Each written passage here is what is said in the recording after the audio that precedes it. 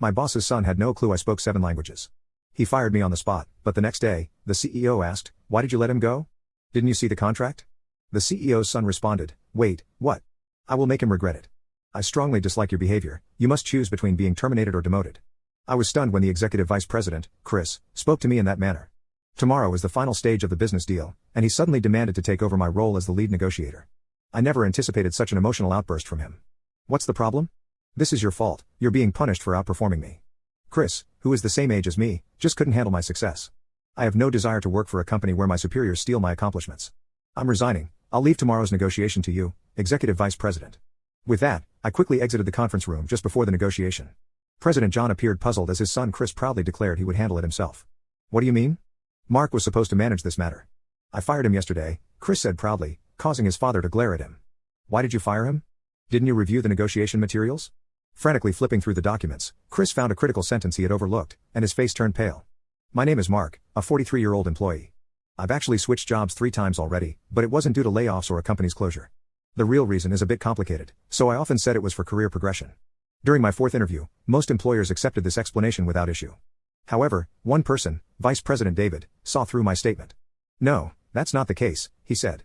"You don't seem like the type to change jobs solely for career advancement, and if that were the reason, you'd be aiming higher. Our company and your previous one are similar in size, just dealing with different products. What's the real motivation behind your job changes?" Realizing honesty was the best approach, I shrugged and shared the true reason with him. David listened intently, considering my explanation. "I understand your reasoning and why you concealed it. All right, I'll take care of it."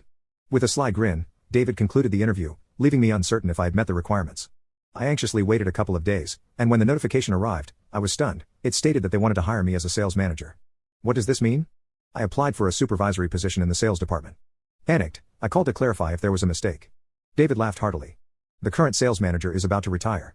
Given your background, Mark, there's no issue with you taking his place. Furthermore, a manager's role is to lead, not to be led. You understand what I mean, right?" Comprehending David's reasoning, I gratefully accepted the job offer. The workplace I joined was not at all uncomfortable.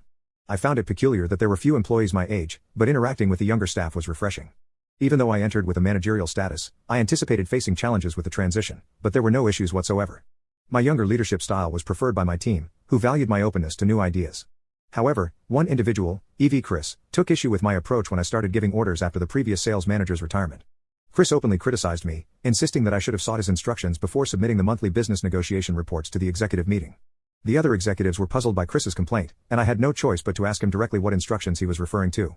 Feeling frustrated, Chris unleashed a barrage of complaints towards me. He warned, "You are new to the role, like an inexperienced driver. Before you make any decisions, check with me or the other executives first.